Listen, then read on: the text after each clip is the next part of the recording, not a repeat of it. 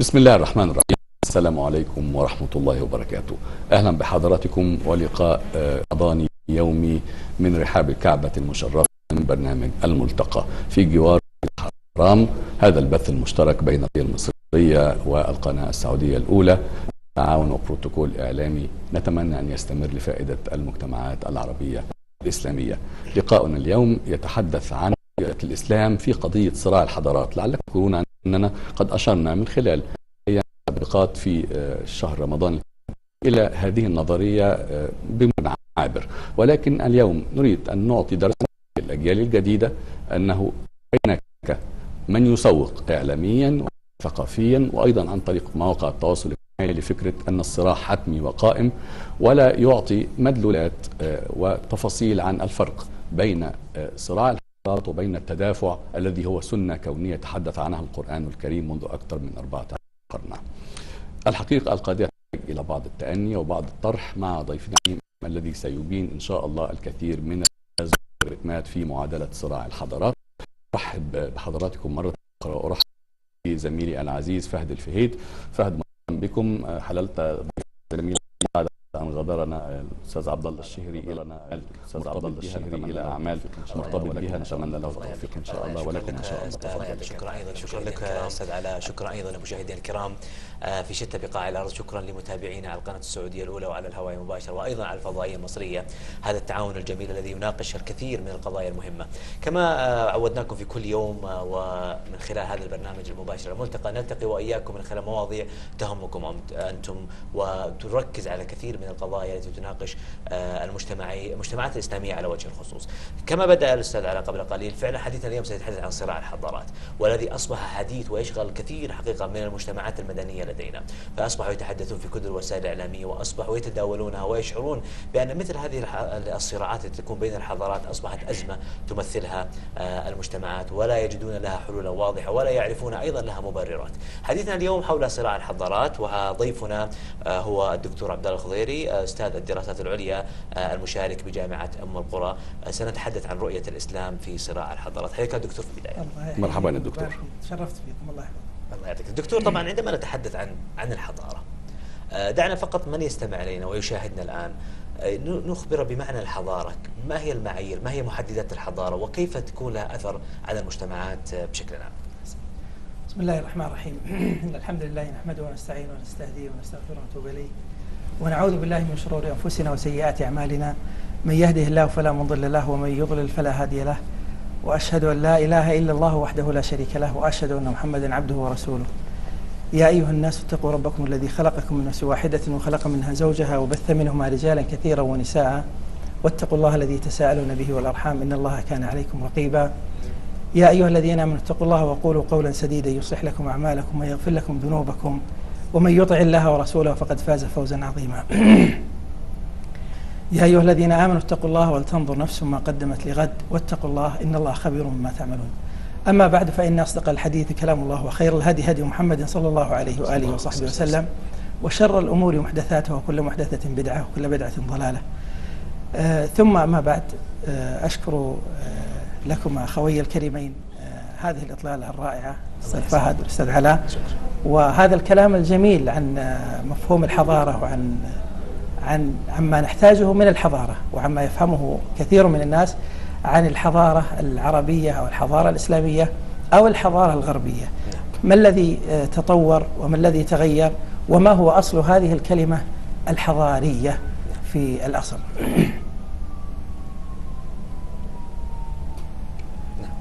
المصطلح نريد أن نوضح معنى المصطلح. عندما يستمع إنسان قد لا يكون معنيا بالشكل الكافي بفكرة الصراع أو فكرة مفهوم الحضارة.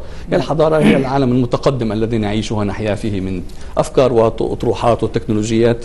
البعض ينظر هكذا، ولكن مفهوم الحضارة أعتقد في الإسلام هي تتعلق بالروح أكثر. أحسن.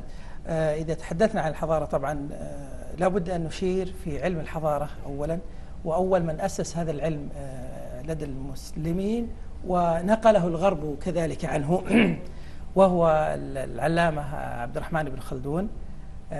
حين تحدث عن علم الحضارة وعلم التاريخ وكتب كتابه الشهير في مقدمة المسمى مقدمة ابن خلدون، ذكر فيه أصل الإنسان وتكوين الإنسان وبيئة الإنسان ومعاش الإنسان وحاضرة الإنسان، وأن الأصل في هذه الحضارة البداوة في أول أمره، ثم تطور مفهوم. تقصد بالبداوة من يسكن البادية؟ من يسكن البادية في الأصل. نعم. والحاضرة هم من يسكنون القرى أو يسكنون المدن.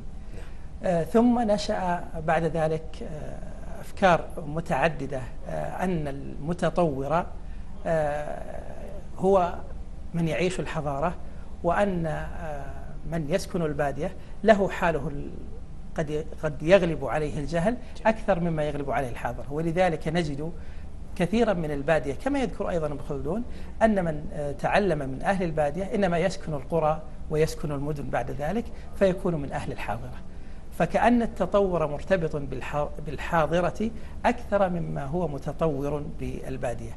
ولعل هذا فيه إشارة إلى ما كان يقوله النبي عليه الصلاة والسلام من انتشار الإسلام في كل بلاد الأرض في جميع أصقاع الأرض، حتى يقول النبي عليه الصلاة والسلام: حتى لا يدع الله بيت مدر ولا وبر إلا أدخله الله الإسلام بعز عزيز أو بذل ذليل. عزا يعز الله به الإسلام وأهله، وذلا يذل الله به الكفر وأهله. فبيت المدر هو البيت المبني من الطين أو من غيره، يعني الآن تطور البناء. والبيت الوبر سواء ما كان من جلود الأنعام أو من الضأن أو من غيرها من الوبر والشعر والصوف الموجود في البادية. يعني كأنها كناية يعني عن الحضارة والبداوة. نعم، هذه كناية عن الحضارة والبداوة. طبعا يعني أشرتم في جزء بسيط إلى أنه هل هي الحضارة هي التقدم الذي نراه يعني من المباني الشاهقة أو من التقنية أو غيرها؟ لا، نقول إنه الحضارة هي الروح التي تحمل الثقافة وتحمل الدين وتحمل لغة الإنسان ومفهومه عن الحياة وفكره كذلك.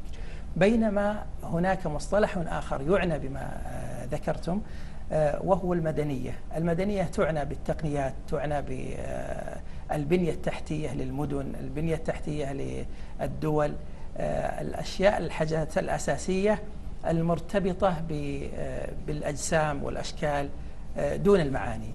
ولذلك غلب على الحضارة هي الروح التي يعيشها الحاضر ومن يعيش المدينة. ولذلك نجد الاختلاف في الثقافة وفي الروح وفي الفكر بين من يسكن المدينة وبين من يسكن الحاضرة. طب أنا عايز أعود مع حضرتك مرة تانية لفكرة الصراع نفسه، المصطلح كما شرحنا ما هو مفهوم الحضارة، نريد أن نشرح كيف ظهر إلى الوجود وأصبح متداولا بكثرة إعلاميا ويعني حتى مجتمعيا، فكرة أن هناك صراع قائم لا محالة، وأنه دائما يتجدد تاريخيا، وتلك الأيام نداولها بين الناس كما قال القرآن الكريم.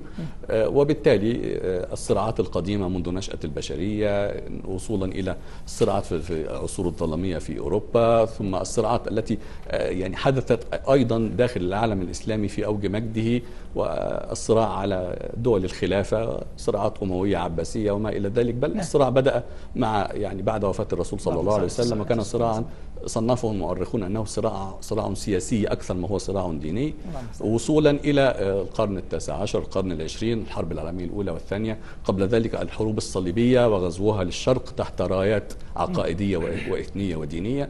كل هذا يقول أن في كل عصر وفي كل قرن تتجدد صورة من صور الصراع، وأن هذا الصراع قائم لا محالة. فلماذا أساسا فكرة الصراع مترسخة لدى الجميع ويقبلون بها بدلا من فكرة التعاون والتعايش الذي نص عليه القرآن؟ أحسنت والله يا أستاذ علاء، أنت ما شاء الله جبت لنا أسئلة بكرة ثلج ما شاء الله، جمعت عدة عناصر وعدة معاني عظيمة جدا في مفهوم الحضارة. أول هذه المفاهيم حينما تحدثت عن صراع الحضارات، متى كان هذا صراع الحضارات؟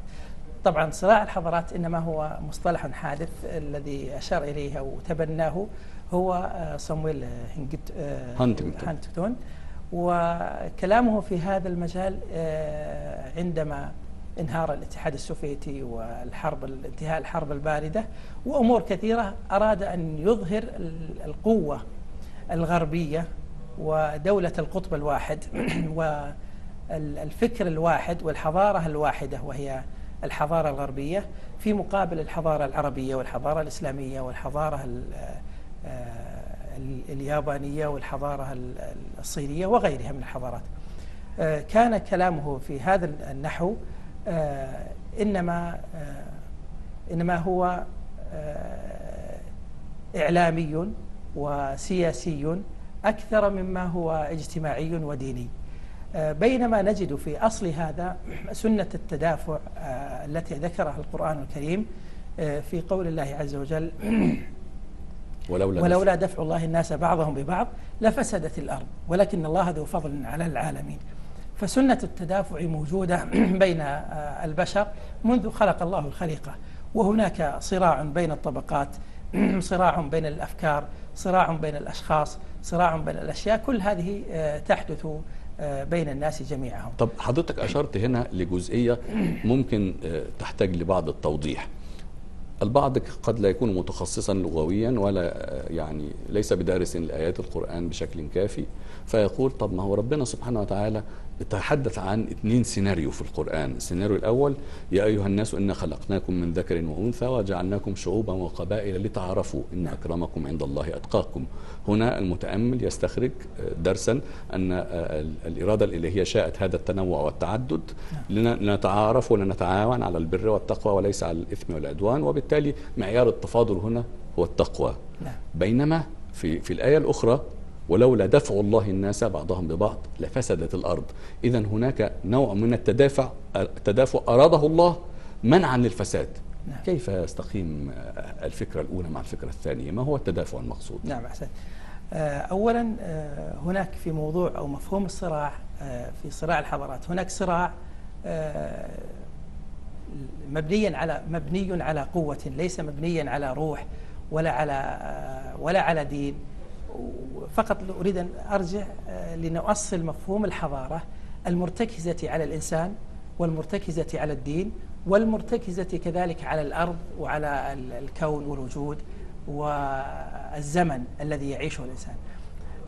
الله عز وجل قال عن هود عليه الصلاة والسلام عليه وعلى نبينا أفضل الصلاة والسلام أتبنون بكل ريع آية تعبثون وتتخذون مصانع لعلكم تخلدون. فهنا يعيب الله عز وجل عليهم أنهم يريدون بناء الحضارة وهي بناء المباني وهي شواهد على الحضارة لا الحضارة نفسها، وإنما كان بناؤهم إنما كان نسبيا، وهذا البناء بناء نسبي. فكأن الله عز وجل يقول لعلكم تخلدون بهذا البناء، لا، لأنه بناء بلا روح فهو بناء نسبي. بينما هنا في الكعبة المشرفة وهي أمامي الآن بناء قام معه روح، وجميع بلدان جميع المسلمين في جميع أصقاع الأرض 2 مليار الآن، وقبل ذلك كم من الناس الذين صلوا من عهد إبراهيم عليه الصلاة والسلام إلى عهدنا الحاضر يصلون إلى شاهد على الحضارة وإذ يرفع إبراهيم القواعد من البيت وإسماعيل ربنا تقبل منا. إذن هنا فرق كذلك كبير بين مفهوم الحضارة الغربية وبين مفهوم الحضارة الإسلامية. نحن نعيش حضارتنا بروح، نحن نحياها بروح. ولذلك عندما أشرت قبل قليل إلى وجود الصراع في الحملات الصليبية أو غيرها، وجدنا أنهم يغزون البلدان الإسلامية وغيرها كذلك، لكنه أوجد ردة فعل، ولذلك أوجد ردة فعل قوية لدى المسلمين في كره هؤلاء العسكر وفي كره هذه الحملات الصليبية وهذا التدافع الذي ذكرته مما ذكره الله عز وجل ولولا دفع الله الناس بعضهم ببعض لفسدت الأرض. بينما وجدنا أنه حتى في غزو التتار لبلاد المسلمين، وإن كان هذا من التدافع والتسلط واستغلال السلطة والقوة العسكرية وغيرها، لأنهم ثقافة بلا روح، لكنهم يعيشون حضارة يدعونها أو قوة يزعمونها، ولذلك غزوا بلاد المسلمين وأريقت الكتب في نهر دجلة والفرات وغير ذلك، تغيرت معالم كثيرة. لكن هؤلاء القوم الغزاة ماذا فعل الله بهم؟ آمنوا جميعهم وصاروا سفراء لدين الإسلام مع أنهم غزوا بلدان الإسلام. وفي الغالب أن المنتصر دائما إنما يفرض هيمنته ودينه وأفكاره على الدول المغلوبة، لكن في هذه المسألة بالذات إنما غلب دين المغلوب لأنه أقوى ولأنه أثبت، ولأن الله عز وجل سينصر دينه، ولأن هؤلاء الناس الذين قد نقول قلت بهم القوة العسكرية فلم يدافعوا عن أنفسهم ولم يحسنوا القيام بواجباتهم، غزاهم هؤلاء، فكان نفع من الله عز وجل لهؤلاء الغزاة ولهؤلاء المسلمين بأن يتقووا بعد ذلك. طيب دكتور عبد الله، عندما تتحدث فعلا أنت الآن تحدثت بشكل جميل عن موضوع الحضارة وأنها روح. نعم. هل هناك تسلسل تاريخي من عهد آدم عليه السلام إلى هذه اللحظة في تسلسل الحضارات من حضارة إلى أخرى؟ وهل التغير في الحضارة من عهد آدم حتى هذه اللحظة هو يعتبر طبيعي في الإنسان؟ نعم أحسن. شواهد الحضارة في عهد آدم عليه السلام، أولا لا بد أن نعلم أن الله عز وجل حينما خلق آدم علمه الأسماء، وعلم آدم الأسماء كلها ثم عرضهم على الملائكة. هذا التعليم إنما علمه الله عز وجل من نزوله لهذه الأرض ليعلم ولتستقيم به حياته في هذه الأرض ولتستقيم حياة ذريته من بعد. ولذلك وجدنا بداية الصراع وشرارة الصراع التي انطلقت بين هابيل ابني آدم، بين هابيل وقابيل، لما تقبل الله عز وجل من هابيل ذلك القبول وتلك الصدقة، فأدرك الحسد والغيرة أخاه قابيل فقتله، ولذلك قال إنما يتقبل الله من المتقين. هنا شرارة الصراع، ولذلك النبي عليه الصلاة والسلام يقول اللهم صل وسلم على سيدنا إنما يحدث أو لا يحدث قتل في هذه الدنيا إلا كان على ابن آدم الأول كفل منها، لأنه أول من سن القتل. ولذلك وجدنا هذه الروح، روح الأنا وجميع الانفعالات وجميع العواطف، إنما هي داخلة في مفهوم الإنسان وفي ثقافته، والثقافة جزء لا يتجزأ من حضارة الدول ومن حضارة الأمم. هذا الذي ينبغي أيضا أن نذكره ونشكره كذلك في فهمنا لهذه الحضارات. حينما تسلسلت الحضارات وجدت الحضارة اليونانية، لكنها لم تكن لروح، لم يكن لها روح، وإنما هلكت وبقيت الآن أجزاء شاهدة فقط، مباني شاهدة، وتتخذون مصانع لعلكم تخلدون، وإذا بطشتم جبارين. الله عز وجل يقول عن قوم عاد. هذه كلها استغلال القوة لم يكن في مقابل استغلال الروح التي بقيت مع بقاء الإسلام. طيب كيف هي الروح؟ أين الحضارات تتكلم عنها الآن؟ تقول أن هذه الحضارة فيها روح، هل هناك شواهد فعلا واضحة؟ نعم. الحضارة الإسلامية، الحضارة نعم. ذهبت كل المباني وبقيت جميع المعاني في بلاد المسلمين. لو نظرنا إلى مكة شواهد الحضارة فيها ومعالم التاريخ فيها كثيرة جدا، كل موضع فيها يدلك على مكان معين له ارتباط وثيق بالتاريخ وصلة بالزمن وصلة بالله عز وجل الذي أنشأ الخلق والذي خلق الخلق، وهو أعلم بمصالحهم وأعلم بحاجاتهم.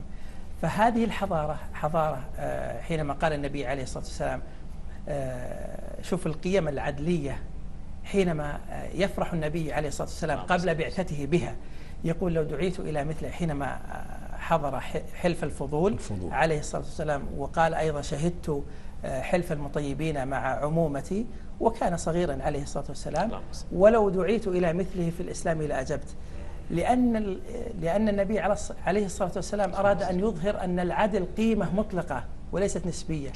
والنبي عليه الصلاة والسلام يفرح بكل ما هو جميل، بكل ما هو من الأساس العدل وأساس التسامح. وحينما أشرنا أيضا أشرت إلى هذه الصورة، إلى هذه الروح، أذكر لك أيضا القيمة التي عاشها المجتمع المدني والمجتمع المكي بعد ذلك من عهد النبي عليه الصلاة والسلام. حينما عاش النبي عليه الصلاة والسلام ومعه اليهود، ومعه يهود خيبر ويهود بنو قينقاع ويهود بني النضير، النبي عليه الصلاة والسلام سالمهم وأعطاهم وعايشهم وتعايش معهم عليه الصلاة والسلام، بل كان يزورهم وأقرب شاهد على أن هناك حضارة يعيشها النبي عليه الصلاة والسلام وعاشها أصحابه من بعده كذلك، هذه الروح التي كان زار النبي عليه الصلاة والسلام غلاما لجاره اليهودي، فلما زاره النبي عليه الصلاة والسلام ودعاه إلى الإسلام نظر هذا الشاب إلى أبيه، يعني كان مريضا يحتضر، كان مريضا يحتضر للموت، مجهزا للموت، فنظر إلى أبيه فقال أبوه كأنه يقول أطع أبا القاسم اللهم صل وسلم على سيدنا رسول الله، فأسلم هذا الشاب وهذا الغلام ولكن هناك ببركة النبي عليه الصلاة والسلام. هذا لا شك فيه، ولكن هذا يطرح سؤال نطرحه إن شاء الله يعني مع حضرتك والسادة المشاهدين بعد تقرير، فكرة أنه رغم أن هناك كانت دولة مدنية في المدينة المنورة، وكان هناك ما يسمى بالحضارة المدنية التي كان فيها دستور بين المسلمين وبين اليهود لكل ساكني المدينة، وترسيم للحدود وتعداد سكاني وما إلى ذلك، ولكن حدث نوع من التدافع عندما خانت اليهود المواثيق والعهود وصار الأمر إلى صراع. لماذا تحول الأمر إلى صراع وما هي الدروس المستفادة؟ نستكمل مع دكتورنا العزيز دكتور عبد الله الخضيري الأستاذ بجامعة أم القرى، نشاهد تقريرا ونعود مرة أخرى للنقاش في الملتقى على الهواء، فتابعونا.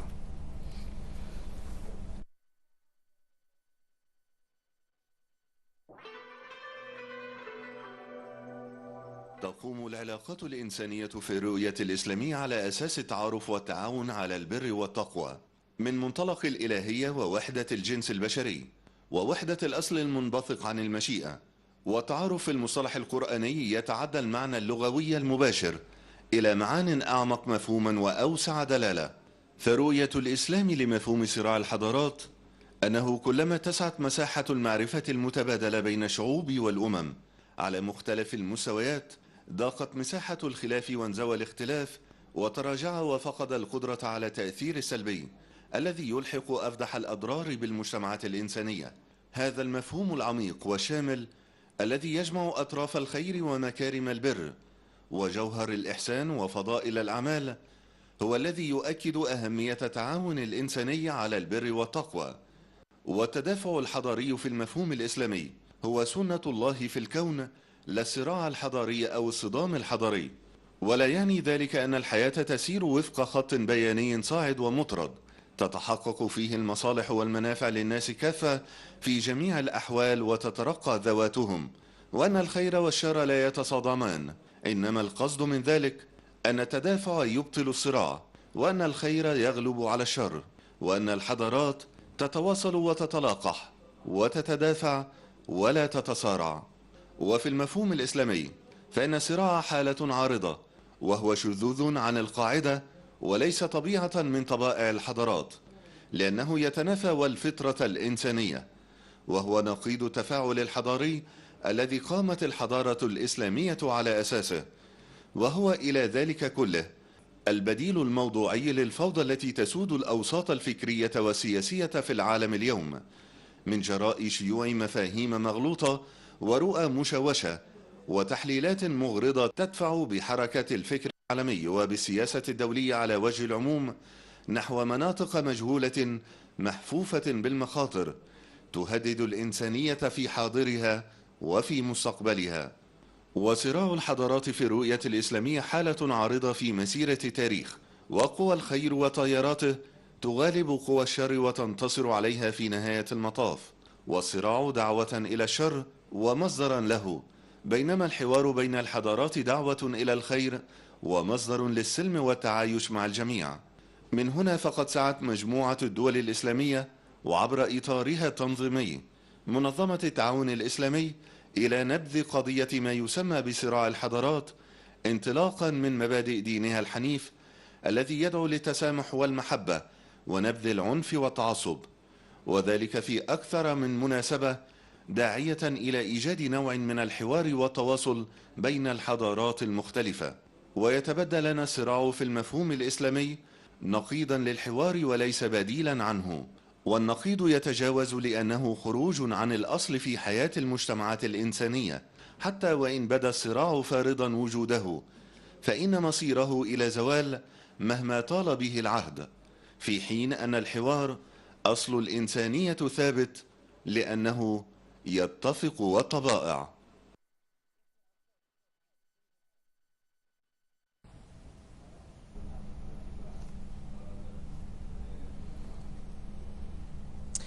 حياكم مشاهدينا الكرام مرة أخرى ولمشاهدينا في السعودية ومصر وبرنامجكم الملتقى، حيث نلتقي نتحدث حقيقة عن الكثير من القضايا. حديثنا اليوم هو عن رؤية الإسلام في صراع الحضارات، وضيفنا الدكتور عبد الله الخضيري أستاذ الدراسات العليا المشارك بجامعة أم القرى. ومرحبا بالزميل علاء. أهلا فهد. أعتقد أن قبل التقرير كان هناك سؤال، والدكتور طبعا كان يقول الأسئلة ثقيلة قليلا. والله الموضوع ثقيل جدا، فيجب أن يكون يعني مركز. لو تحبوا نخفف الأسئلة شوية. لا عطنا السؤال الذي يشاهد حقيقة. يعني هو يعني فعلا أستاذ علاء عندما سأل، أعتقد أن لو شاهدت التقرير قبل قليل، وكل من تابعنا شاهد التقرير وشاهد أيضا الجهود تبذل في الحوار الحضارات حتى تخفف من هذا الصراع. لماذا يحدث الصراع بين الحضارات؟ لماذا هو امتداد حقيقة لسؤالنا، لماذا يحدث؟ ما هي المعايير وما هي المسببات التي تجعل هناك صراع بين حضارات المجتمعات المختلفة؟ وقبل الفاصل طرحنا الدكتور عبد الله، لو تتذكر يا فهد، انه كانت تجربة المدينة المنورة، هجرة الرسول صلى الله عليه وسلم والصحابة، وفكرة الدولة المدنية بما أقيم من ميثاق ودستور تم الاستفتاء عليه وتم التوقيع الجميع عليه. كان الرسول مبتغاه صلى الله عليه وسلم أن يطبق وتعاونوا على البر والتقوى، إن أكرمكم عند الله أتقاكم، وكان أكثر الناس وفاء بالعهود. ولكن خانت اليهود وارتكبت ما يسمى بمعايير ومصطلحات السياسة الحديثة، ارتكبت جناية الخيانة العظمى. فلماذا تحول الموضوع من تعاون وجوار طيب إلى صراع وإلى حرب ما زالت حتى الآن نعاني من تبعاتها، حيث المؤرخون والمفسرون للتاريخ الإسلامي القديم يقولون هكذا كانت يعني صراعات فيها دماء وفيها سفك دماء لليهود، وكان كذا وكذا كذا، وتناسوا فكرة جريمة الخيانة العظمى. لماذا تحول الأمر إلى صراع؟ لا، في الحقيقة أنه لم يكن هناك صراع، بالعكس هذا أثبت عدالة الإسلام وثبات النبي عليه الصلاة والسلام على مبادئه ومواقفه عليه الصلاة والسلام. ولذلك لم يقاتل في بني قريظة، لم يقتل من بني قريظة إلا من قاتل، إلا من ثبتت عليه الخيانة العظمى عليه الصلاة والسلام. لم يكن هناك صراع، كان هناك تعايش. النبي عليه الصلاة والسلام كان مات عليه الصلاة والسلام ودرعه مرهون عند يهودي. هل هناك صراع؟ لا. إنما هناك في الواقع أو في العصر الحاضر هناك أيادي خفية وصراعات قد تكون تبعا للقوة السياسية أو لغيرها، تغذية الصراع، تغذية مفهوم صراع الحضارات الموجود الآن. لمصلحة من يا دكتور عبد الله؟ لمصلحة بعض القوى العسكرية، لمصلحة حضارة أو لمصلحة الحضارة الغربية. هل ترى أن الحضارة الغربية لا تقوم ولا تقوى إلا بفكرة خلق عدو دائما يتوحدون خلفه وخلف قتاله، لأنهم حضارة مادية عسكرية طاغية بلا روح، بينما نحن لدينا الروح التي هم يستهدفونها لمحاربتها، ليفقدوننا يعني أهم معالم تمكين مجتمعاتنا الإسلامية من الاستمرار في كل هذه القرون. أحسن. طبعا هم عدوهم الأول الإسلام، ولن ترضى عنك اليهود ولا النصارى حتى تتبع ملتهم. هذا بلا شك كلام الله عز وجل، وهم يختلقون.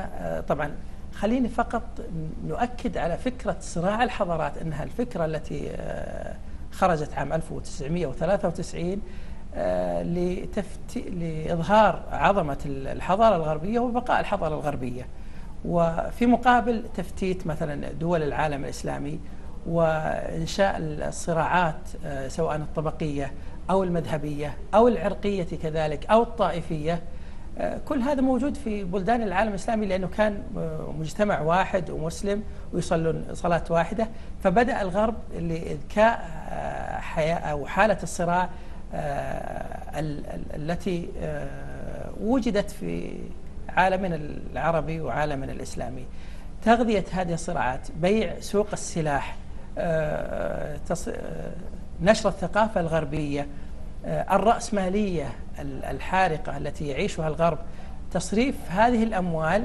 إنما هو قد يكون في دول العالم الثالث، دول العالم العربي، دول العالم الإسلامي، الشرق الأقصى، شرق آسيا، كل هذه هي الدول المستهلكة لإنتاجات الرأسمالية. ما الهدف؟ لماذا تريد أن تهيمن الحضارة الغربية على الحضارات الأخرى؟ لبقاء الدول هذه تابعة للحضارة الغربية فقط طبعا. ولذلك أنا لازلت أؤكد على أن فكرة صراع الحضارات إنما هي فكرة في الغالب عليها سياسية، طابعها سياسي، ليس دينيا أصلا، لأنه سنة التدافع موجودة منذ القدم، منذ الأزل، لكن الله عز وجل لا يوجد لها أي جانب عقائدي في الخلفية، حتى في قاع الذاكرة البشرية الغربية؟ بلى لأنه هو نصراني، ولذلك كتب عن هذه الحضارة الغربية ليثبت ولاء العالم كله، أو ليأخذ ولاء العالم للحضارة الغربية. أولا لينبهر العالم كله بقوة القوة العسكرية الغربية، وبرأس المال القوي الغربي، وبالمدنية التي يعيشها الغرب، بينما حضارتهم من الداخل متهافتة. طب هذا ولذلك بس يعني أنا لمحة بسيطة فقط. نعم، أنا قرأت في مذكرات جورج بوش الأب، يقول حضرت جنازة الرئيس غورباتشوف، الرئيس السوفيتي هذا الهالك الشيوعي، يقول فوجدتها جنازة بلا روح. هذا جورج بوش وهو نصراني يقول وجدتها جنازة بلا روح، لأن ذاك رجل بلا دين، شيوعية بلا دين. فكيف لو ذاق جورج بوش الإسلام وعرف الإسلام وعرف الروح التي يعيشها بالإسلام، لتغيرت الحضارة الغربية في مفهومه كاملة. عرف قيمة الحضارة الإسلامية، عرف قيمة العدل، قيمة المساواة، قيمة الحرية والمساواة والتكافل والأمن الذي يعيشه الإنسان في المدينة الكثير أو في يا سيدي المدني. الكثير من الخبراء والمحللين يقولون إنما عندما نشير إلى شخصيات مثل جورج بوش وغيره، ملايين ومليارات في الغرب لم يعرفون ولم يتعرفون على الإسلام بحقيقته السمحة، إنما ليس تقصير منهم فقط، ولكنه تقصير منا نحن في عدم حسن العرض. وهذه قضية تحتاج إلى فتح ملف الإعلام وإعلام الدعوة، وقد تحدثنا في حلقات سابقة. ولكن أعود إلى ما أشرت إليه حضرتك في أنه هناك ترويج لفكرة أن الحضارة الغربية بمفاهيم القوة المادية والرأسمالية والقوة العسكرية والتقدم العلمي والتكنولوجي، هذه هي مقومات الحضارة الإنسانية برع فيها الغرب، لأنه نحى الدين جانبا، بينما أنتم المسلمون دينكم أدى بكم إلى الجمود والتخلف على غير الحقيقة. وهناك من أجيالنا الجديدة للأسف من ترسخ في ذهنه هذا الانبهار بالقشور المادية التي قضت على حضارات ولم تبقي منها، بينما نحن لدينا بناء نطل عليه الآن وهي الكعبة المشرفة، ولكنه بناء ليس كبناء المصانع التي انتقدها القرآن أو الحضارات المادية فقط، ولكنه بناء بروح، فبقي وبقيت حضاراتنا حتى الآن. ماذا تقول لأولادنا وبناتنا؟ حذاري من الانبهار بتلك القشور الزائفة، لدينا روح حافظوا عليها. نعم أحسن. لكن هذا المفهوم أنا دائما أحذر منه، أن نقول أن ننبهر بحضارة الغربية. الحضارة ليست هناك حضارة غربية لأنها بلا روح. ما نشاهده من قوة عسكرية، ما نشاهده من مباني، ما نشاهده من بنية تحتية، إنما هي مدنية. نعم. وهذه المدنية غير الحضارة، لكن ليت عند بعض المسلمين شيء من المدنية الموجودة عند الحضارة الغربية. وهذا نحن مأمورون به في القرآن، وأعدوا لهم ما استطعتم من قوة ومن رباط الخيل. رباط الخيل يا أخي فهد، الناس قالت أنه القوة العسكرية والجيوش، ليس من أجل الاعتداء ولكن من أجل المنع. أما كلمة من قوة المجهلة بدون ألف ولام فأشاروا إلى قوة الإيمان وقوة العلم وقوة الاقتصاد وقوة المجتمع. هذا نحن مأمورون به، ولكن للأسف لم نطبقه بالشكل الكافي. نعم صحيح. نحن بحاجة دائما إلى أن نظهر جمال الإسلام، إلى أن نظهر قوة الإسلام. قوة المسلم وروح المسلم هي الحضارة الباقية وهي الحضارة الخالدة. لكن تخلف بعض المسلمين لا يعني ضعف في الحضارة، إنما يعني في ضعف لدى بعض المسلمين. ولذلك الأصل في أن المؤمن هو العزيز وهو القوي، لكن بعض الناس بعض المؤمنين ذليل لأنه أهان نفسه وأذل نفسه. بينما لو اعتصم بكتاب الله عز وجل ورجع إلى الكتاب والسنة وعرف الإسلام وحقيقة الإسلام وعاش الإسلام في واقعه وفي مجتمعه وفي بيته، لكان قويا ولا أثبت حضارة الإسلام، الحضارة الحقيقية التي عاشها النبي عليه الصلاة والسلام وسيعيشها المسلمون بعد. طيب دكتور، حتى نكون أكثر دقة الآن، ومن يتابعنا الآن وأنا شخصيا حقيقة الآن، حتى نفرق ما بين المدنية والحضارة، نفرق ما يعني عندما نرجع للسؤال الأساسي، الحضارة ما هي محدداتها؟ يعني هل أقول والله أن الحضارة هي دين، يعني إذا كان هناك دين فكان هناك حضارة. ذكرت قبل قليل الشيوعية نعم. لا يوجد لديها حضارة. نعم. النظام الرأسمالي الآن هي تعتبر إن صحت كان سميناها حضارة غربية فهي حضارة زائلة، أو صحت ستنتهي في يوم من الأيام. فهل تعتمد الحضارة على الدين على وجه الخصوص أم بالإنسان؟ أحسنت. ما هي محددة. أنا ذكرت هذا، أشرت إليه في البداية. يمكن انتبه يعني لما أشار طبعا رائد النهضة الحضارية الإسلامية أو مجدد ابن خلدون في عصره الآن اللي هو مالك بن نبي، يقول أنه ذكر الإنسان والوقت. نعم، الإنسان والوقت والوجود، هذه الأشياء هي مكونات الحضارة. فوجود الإنسان والوجود بذاته والكون بذاته والوقت الساعة في يده، هذه هي مكونات الحضارة. بينما غيره يرى أن مكونات الحضارة 4، هي الإنسان واللغة والتراب والدين، وبعضهم يلغي قضية الدين، لكن نحن نقول أنه الأصل في الحضارات كلها هي الدين. جميل. ولذلك الله عز وجل لما ذكرت في البداية قول الله عز وجل: يا أيها الناس إنا خلقناكم من ذكر وأنثى وجعلناكم شعوبا وقبائل لتعارفوا. لما ذكر الله عز وجل شعوبا، ما المقصود بالشعوب؟ الشعوب هي القبائل لكنها بلغة العجم، والقبائل بلغة العرب. فالله عز وجل قال: واختلاف ألسنتكم وألوانكم إن في ذلك لآيات للعالمين.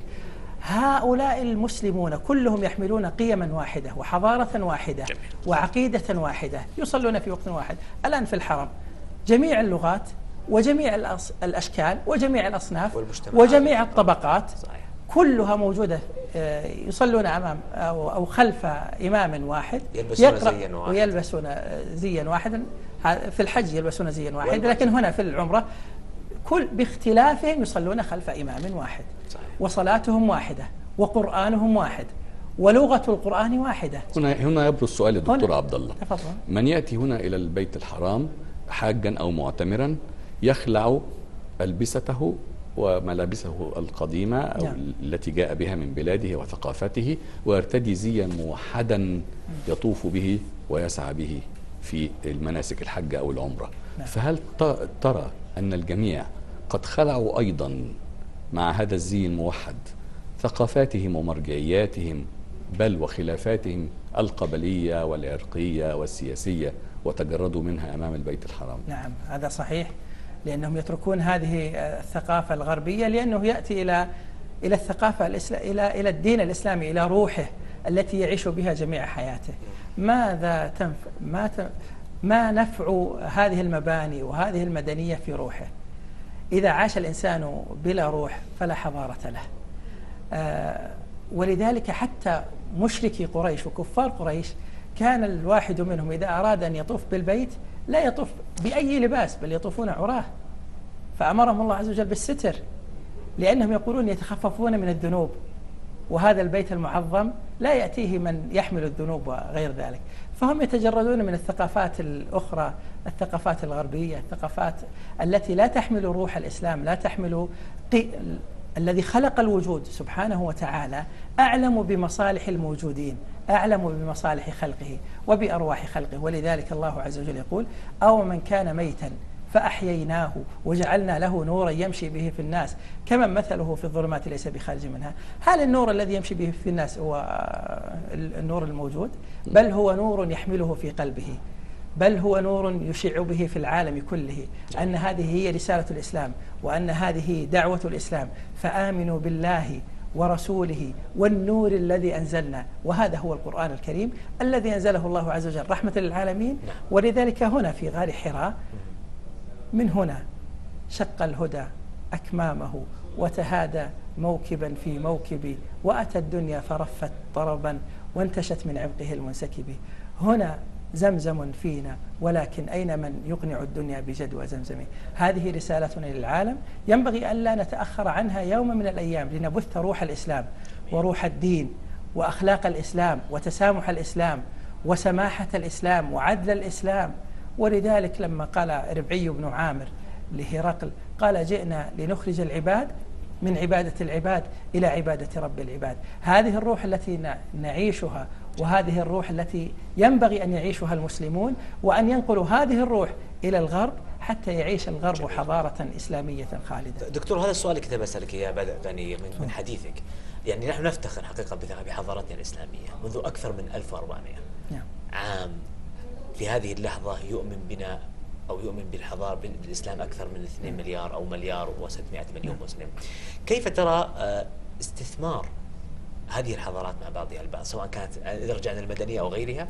يعني الحضارة الغربية كيف نستثمرها؟ الحضارة الإسلامية كيف تفيد؟ كيف يكون هناك التنوع والتعايش ما بين الحضارات؟ كيف يستفيدوا من بعضهم البعض؟ لا شك طبعا، قبل أن نجيب على هذا السؤال، لا شك أن هناك تطورا في الحضارة الغربية يعني لا ينكر.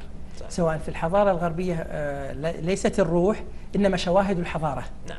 وشواهد الحضارة كثيرة، إما ثقافية أو معرفية أو فكرية أو حتى مدنية، وهي ما يسمى بالبنية التحتية، وسواء ما وجد من القيم العدل وقيم المساواة والحقوق والواجبات التي يأخذها المواطن في بعض الدول المتقدمة أو الحضارات الغربية. لأن الله عز وجل هذا أدب قرآني نبهنا الله عز وجل عليه بقوله تعالى: ولا تبخسوا الناس أشياءهم. فليس من العدل أن نقول إنه الدولة الفلانية المتقدمة في الإنتاج العسكري والمتقدمة اقتصاديا أن نقول لا إنها دولة فاشلة. لا يصح هذا، لأن الله عز وجل قال: ولا تبخسوا الناس أشياءهم، حتى ولو كانوا غير مسلمين وكفارا ومشركين، إلا أن الله عز وجل أدبنا الأدب القرآني: وإذا قلتم فاعدلوا ولا يجرمنكم شنآن قوم على أن لا تعدلوا اعدلوا هو أقرب للتقوى.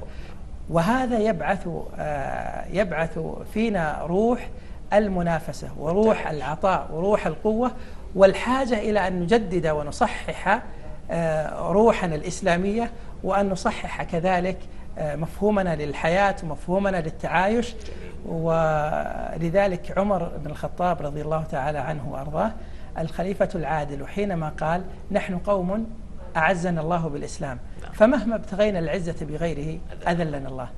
في الدول الغربية في أوروبا أو في أمريكا توجد طبقية مقيتة جدا، وتوجد تفرقة عنصرية، بل حتى في الملاعب الأوروبية يعني يوجد أشياء كثيرة يمقتها الإسلام.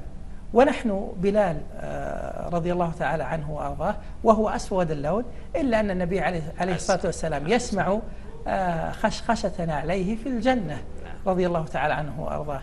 وكذلك يقول له النبي عليه الصلاة والسلام يبشره بالجنة، وهو يقول في مكة حينما يعذبه المشركون: أحد أحد.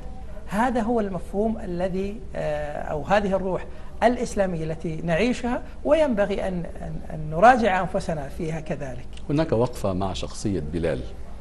يعني حضرتك ذكرت شخصية عظيمة من شخصيات الإسلام.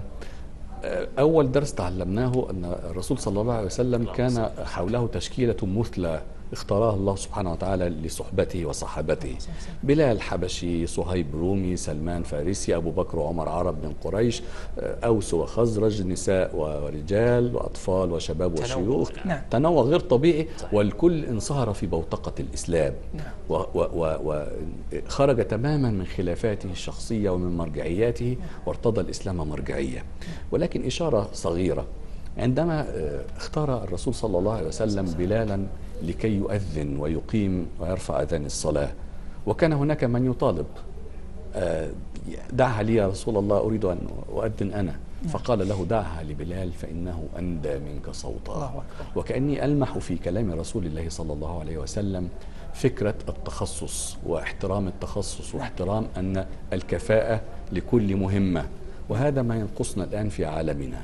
لعلك تستطيع أن تربط لضيوفنا الكرام ومن المشاهدين فكرة أن الصراع قائم لا محالة، ولكننا يجب أن نرى أنفسنا هل نحن في حالة احتلال ثقافي وإعلامي وتكنولوجي ومادي. لأن البعض يقول هذه الجملة وأنا يعني أستصعبها والله يا أخ فهد، أن تشعر أنا وطني محتل. يقولون: نعم، إن مجتمعاتكم محتلة احتلالا اقتصاديا وتكنولوجيا.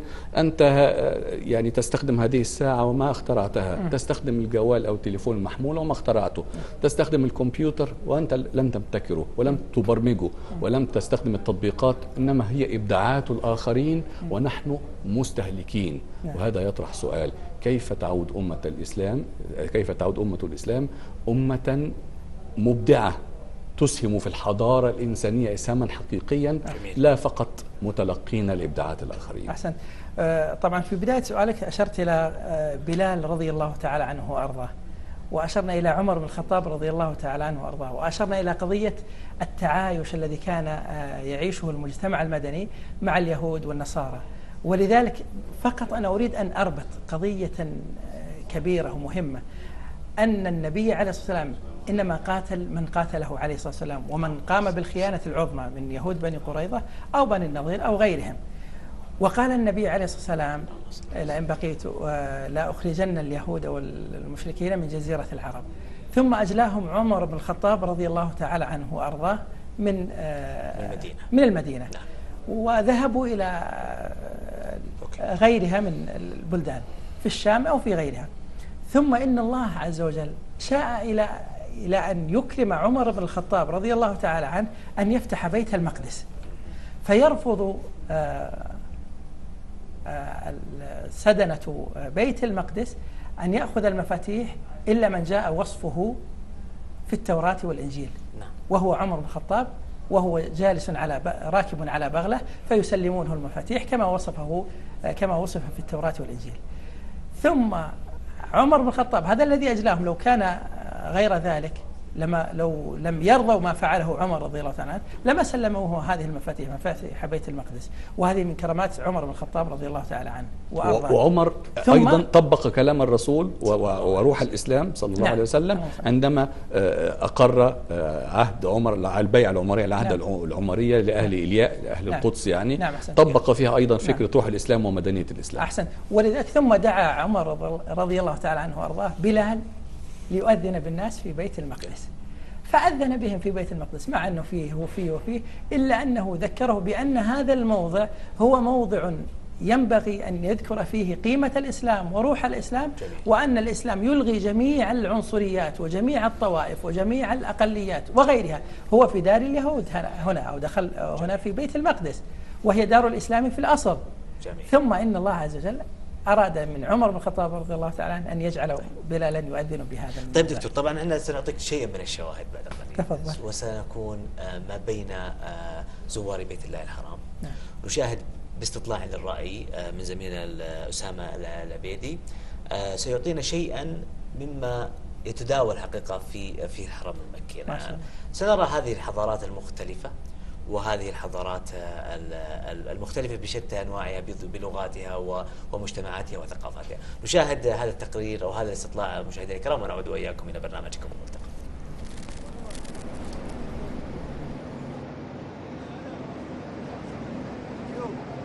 شكرا للزميلين فهد وعلاء. مساء الخير عليكم وعلى ضيفكم الكريم. مساء الخير على مشاهدينا الكرام من هنا من ساحات بيت الله الحرام. كما عودناكم مشاهدينا الكرام أن نأخذ آراء واستطلاعات زوار ضيوف بيت الله الحرام. معنا الآن أحد زوار بيت الله الحرام. السلام عليكم، نتعرف عليك. ورحمة الله وبركاته. عبد العزيز الحربي من المدينة المنورة. خلصت العمرة ولا باقي؟ اللهم لك الحمد. والله خلصنا. لا الحمد لله سهالة يا رب لك الحمد. يعني قبل العصر، يعني أنا أوصي إنه قبل العصر يأخذون. يعني الحمد لله الأمور طيبة يا رب لك الحمد. طيب كيف ترى زوار بيت الله الحرام المختلفين ثقافيا واجتماعيا وحضاريا داخل بيت الله الحرام؟ والله ولله الحمد، يعني فعلا لما تخش داخل الحرم تشوف يعني من كل عرق ولون، ولكن سبحان الله يعني حدهم يكونون في داخل الحرم انهم يتقوقون في زي ما يقولون في ثقافة واحدة اللي هي ثقافة الإسلام. كل في حاله، كل يؤدي نسكه، كل يؤدي مشاعره في أمن وطمأنينة وخير وأمان، ولله الحمد والمنة. يعني ولله الحمد، يعني لاحظت جميع الأصناف، جميع الجنسيات، جميع الأعراق، جميع ولله الحمد والله والمنة، يعني لا أحد يشتكي، جميعهم يؤديها براحة وأمان، رغم أن هذا عربي وهذا أجنبي وهذا يتكلم بالأردو وهذا غير، ولله الحمد لله. يعني لم ألاحظ أي إشكالية أخي الكريم. هل هناك فروقات بينهم داخل بيت الله الحرام؟ فروقات أبدا، يمكن اللهم بالشكل واللون فقط، ولكن بالعقيدة وهذا لا والله، إنهم كلهم يخدمون بعض وكلهم يعني يريدون بعض، كلهم يريدون خدمة بعض، يعني ولله الحمد، يعني ما في أي فرق بينهم، لا فرق بين أسود ولا أبيض بل يعني ما لاحظت أي فرق ولله الحمد لله. يعني أشكر والله العظيم، يعني توسعة فظيعة، توسعة ولله الحمد. يعني أشكر الملك سلمان ولي عهده ولي عهده على هذه التوسعة الفظيعة، الحمد لله والشكر، يسرت وسهلت عليه. شكرا لك. أشكركم الله على هذا اللقاء، أثابكم الله. شكرا لك. شكرا. ما زلنا مشاهدينا الكرام مستمرين معاكم في برنامج الملتقى. معنا ضيف آخر، تفضل. السلام عليكم، عرفنا عليك. وعليكم السلام ورحمة الله. لصرك من الجزائر. هذه أول زيارة لك؟ أول زيارة للبقاع. ما شاء الله تبارك الله. خلصت العمرة؟ خلصنا العمرة. طيب كيف كان شعورك؟ والله الشعور لا يمكن وصفه أبدا، لأنني وجدت نفسي أمام بيت الله وفي بيته، فسعيد جدا، وأنا سعيد كل سعادة لتواجدي في هذا المكان، لأنه مكان طاهر، مكان في بيت الله الحرام. طيب. مكان آمن. هل وجدت فروقات داخل بيت الله الحرام في مختلف الجنسيات أو اللغات أو العرق؟ والله لا يوجد أي اختلاف رغم اختلاف الثقافات والحياة، لكن يتفقون كلهم على كلمة واحدة، على كلمة سواء، لا إله إلا الله محمد رسول الله. الله سبحانه وتعالى جمع كل هؤلاء جمعهم في مكان واحد وفي أرض واحدة وفي كلمة واحدة، لا إله إلا الله محمد رسول الله صلى الله عليه وسلم. شكرا لك. شكرا لك. مشاهدينا الكرام، إذن رصدنا لكم آراء وتطلعات زوار بيت الله الحرام من داخل ساحات بيت الله الحرام. إلى الزملاء، ننتقل إلى الزملاء إلى الاستوديو، إليكم الكلمة. شكرا سيدي.